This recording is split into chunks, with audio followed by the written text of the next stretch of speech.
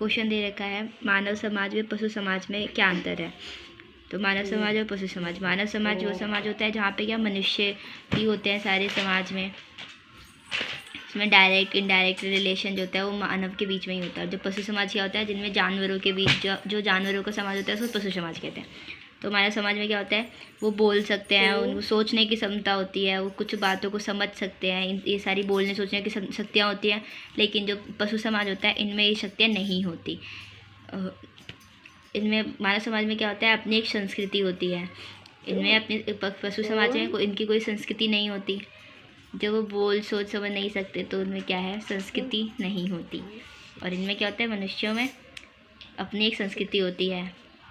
जैसे हिंदू धर्म की अलग संस्कृति हो गई, और भी अलग अलग धर्मों की अलग अलग संस्कृति हो गई, लेकिन इनमें ना ही कोई धर्म होता है ना ही कोई संस्कृति होती है।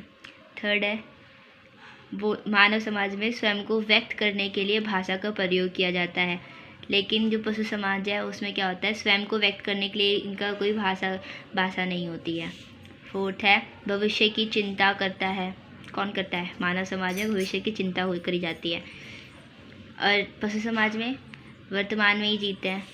जो मानव समाज होता है इसमें प्रेजेंट में ना रहकर मनुष्य वो अपनी फ्यूचर की ज़्यादा चिंता करता है, लेकिन जो पशु समाज है उसमें क्या होता है कि वो अपने वर्तमान में ही जीते हैं, यानी प्रेजेंट में ही रहते हैं। अब जब ये फ्यूचर की चिंता कर रहे हैं तो उसके लिए क्या करेंगे, योजनाएं बनाएंगे, लेकिन ये तो अपने प्रेजेंट में ही है तो ये अपने कोई भी योजना नहीं बनाते। तो मेन इसमें क्या था डिफरेंस, कि मानव समाज में बोलने सोचने समझने की शक्ति होती है लेकिन इनमें नहीं होती। इनमें अपनी संस्कृति होती है, इनमें नहीं होती। ये स्वयं को व्यक्त कर सकते हैं, इनके लिए उसके लिए भाषा का प्रयोग करते हैं, लेकिन ये स्वयं को व्यक्त करने के लिए भाषा या किसी चीज़ का प्रयोग नहीं करते। इनमें अपने धर्म होते हैं, इनमें कोई धर्म नहीं होते।